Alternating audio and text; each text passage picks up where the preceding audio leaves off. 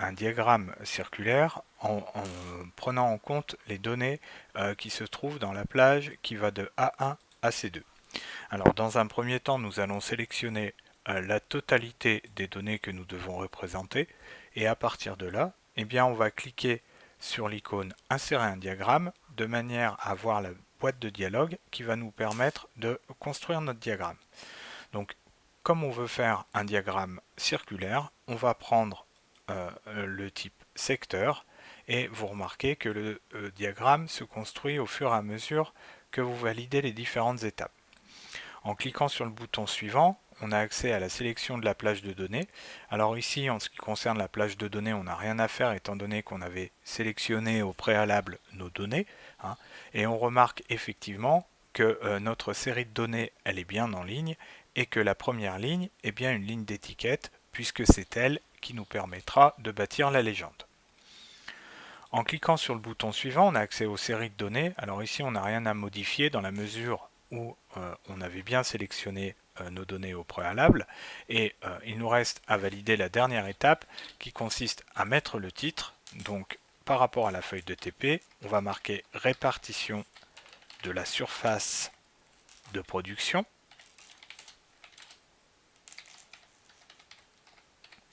Voilà. Et évidemment, on va afficher la légende. Alors, on peut la laisser à droite, mais vous remarquez qu'on aurait la possibilité de la mettre à gauche, en haut ou en bas. Je clique sur le bouton Terminer et j'ai une première ébauche de mon graphique. Par rapport à la fiche de TP, vous avez à souligner le titre avec une police en taille 14. Vous devez également modifier les étiquettes de données afin d'afficher les catégories et leur pourcentage, et vous devez changer la taille des étiquettes de catégorie. Donc à partir de là, eh bien, ce qu'on va faire, on va tout simplement dans un premier temps travailler sur le titre. Donc je sélectionne mon titre, je fais un clic droit sur l'élément que je viens de sélectionner et je vais cliquer sur l'item formater le titre. Je vais travailler avec l'onglet police, et je vais mettre en taille 14, et comme je veux faire un soulignement, eh bien je vais aller dans effet de caractère et je vais prendre soulignage simple. En cliquant sur le bouton OK, on se rend compte que effectivement notre titre est bien souligné. Je vais pouvoir donc passer à l'insertion des étiquettes de données ainsi que des catégories. En sélectionnant mon graphique, on remarque qu'on a sélectionné chaque secteur de notre camembert. Donc à partir de là, je vais pouvoir encore une fois faire un clic droit et insérer les étiquettes de données. Alors évidemment, les étiquettes qui ont été insérées, c'est uniquement les données chiffrées. Donc ce que je vais faire, c'est que je vais cette fois sélectionner ces étiquettes. Je vais faire un clic droit encore une fois et je vais formater les étiquettes de données. Alors, en formatant les étiquettes de données, si je clique sur l'onglet Formater les étiquettes de données, on remarque qu'ils sont affichés sous forme de nombres. Et nous, ce qu'on veut, c'est les afficher en pourcentage. Donc je vais cliquer sur Afficher la valeur sous forme de pourcentage. Je vais décocher le premier bouton Afficher les valeurs comme nombre et je vais en même temps afficher la catégorie. En cliquant sur OK, eh bien on remarque effectivement notre graphique s'est construit et il a calculé, il a transformé les données chiffrées en pourcentage. Alors on remarque ici que notre légende elle ne sert plus à rien dans la mesure où les étiquettes de données intègrent la catégorie. Donc je vais pouvoir me permettre de la supprimer tout simplement en la sélectionnant et en cliquant sur la touche Supr du clavier. Mon graphique est maintenant quasiment complet, il ne me reste plus qu'à modifier la taille de la police des étiquettes de catégorie. Pour ce faire, encore une fois, je sélectionne ces étiquettes, je fais un clic droit, je formate les étiquettes de données et cette fois, en termes de police, eh bien, je vais me placer à 10. Vous remarquez que c'est déjà le cas, donc je n'ai qu'à cliquer sur OK et le tour est joué.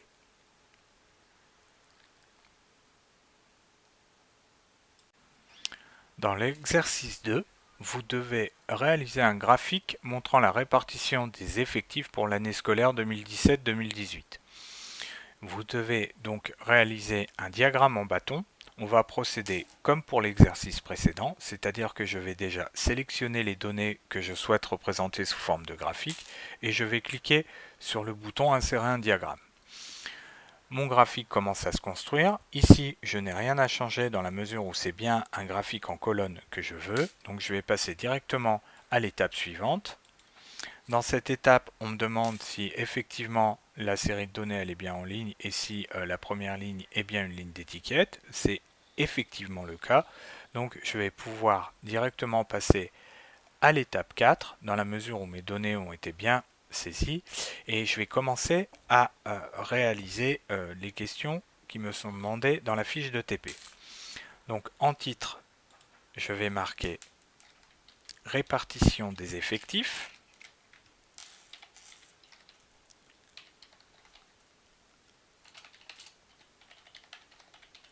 Et en sous-titre, je vais marquer année scolaire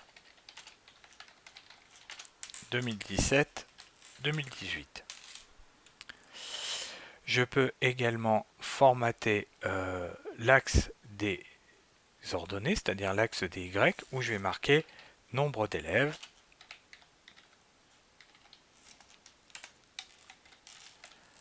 Et voilà. Comme on le constate, on a une seule série de données à représenter. Il n'est donc pas utile d'afficher la légende.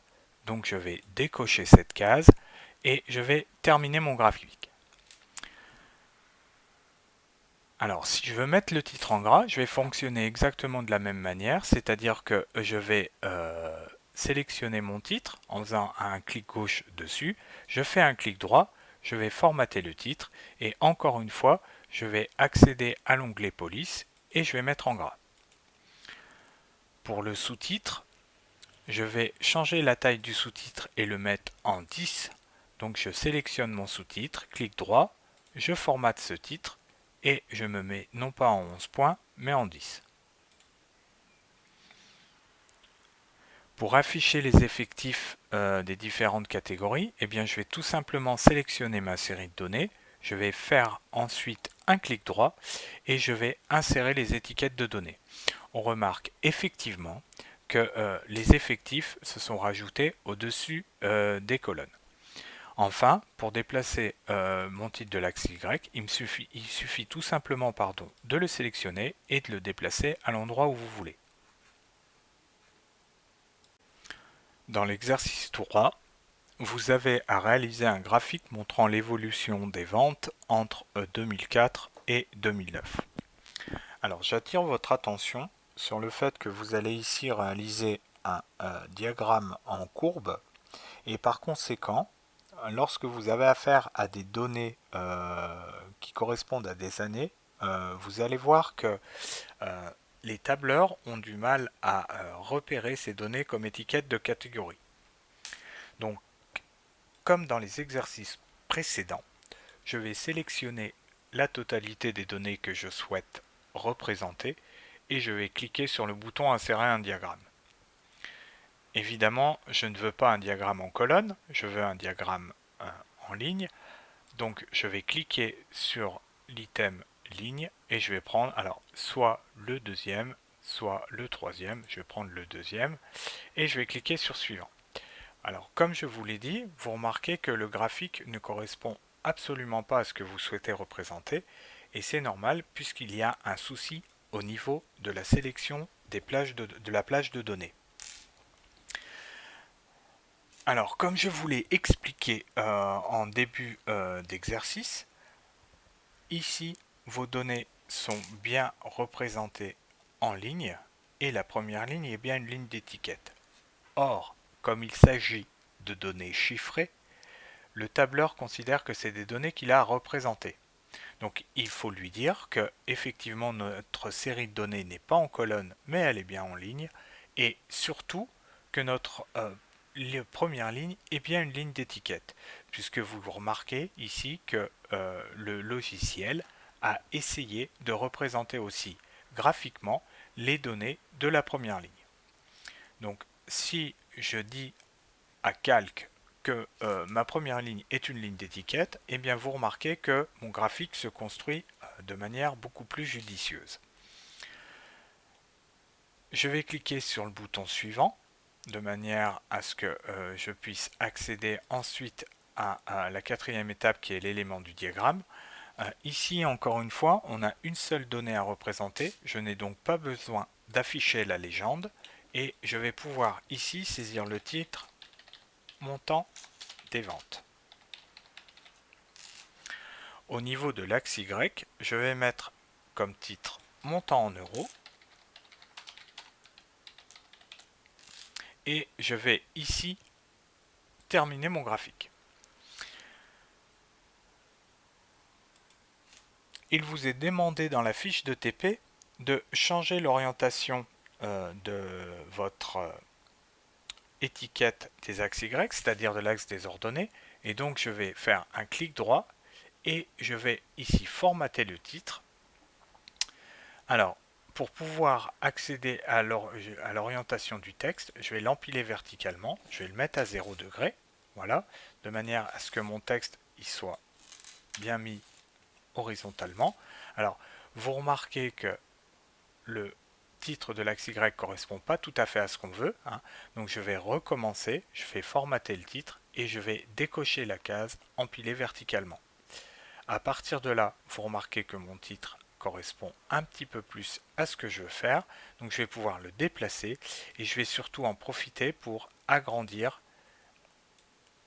ma zone de graphique. Je vais le déplacer un petit peu, voilà, je vais le réduire un tout petit peu, encore un peu, voilà, et je vais le mettre à peu près par là, voilà. Et donc, en reprenant ici le montant en euros qui correspond au titre de l'axe Y, hein, eh bien, je vais venir placer ce titre juste au-dessus de ma zone de diagramme.